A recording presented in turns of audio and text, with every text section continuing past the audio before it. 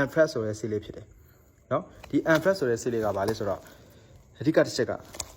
အပင်ငယ်မှာသုံးမယ်ဆိုရင်အပင်ငယ်အတွက်လိုအပ်တဲ့အဟာရတို့အပင်ငယ်မှာလိုအပ်တဲ့အဟာရအခုသိတဲ့အတိုင်းပဲတို့လူငယ်ပိုင်းတွေဆိုရင်လူငယ်ပိုင်းတွေအတွက်လိုအပ်တဲ့အဟာရတွေ nutrients ပေါ့နော်ဗီတာမင် D တွေဗီတာမင် C ဗီတာမင် E ပေါ့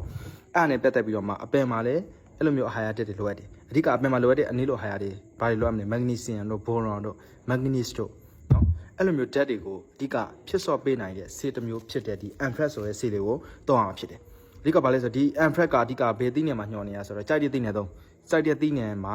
အကုန်သုံးလို့ရတယ်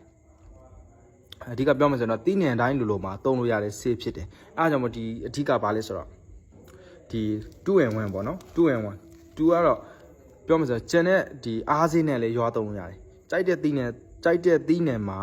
မိမိသုံးနေတဲ့ဆေးအပြင်ရှိရဆိုရင်အဲဆေးနဲ့ကိုရွာသုံးလို့ရတဲ့ဆေးဖြစ်တယ်လောင်ကျွမ်းပြုတ်ချင်လည်းလုံးဝမရှိဘူးဒီကောင်းတဲ့ချက်ကအဲဒါကြောင့်မို့အဓိကဘာလဲဆိုတော့အဓိကညွှန်ပေးတာကဘာလဲဆိုတော့အခုကုန်းကိုညွှန်ပေးတယ်ကုန်းကိုညွှန်ပေးတယ်ဆိုတော့ကုန်းကြတော့လူတိုင်းတော်များသိနေပြီလှုပ်တက်နေပြီတန်းဖို့လှုပ်တက်နေပြီမတ်ပေးအခုမတ်ပေးတွေမတ်ပေးသိနေအခုတော့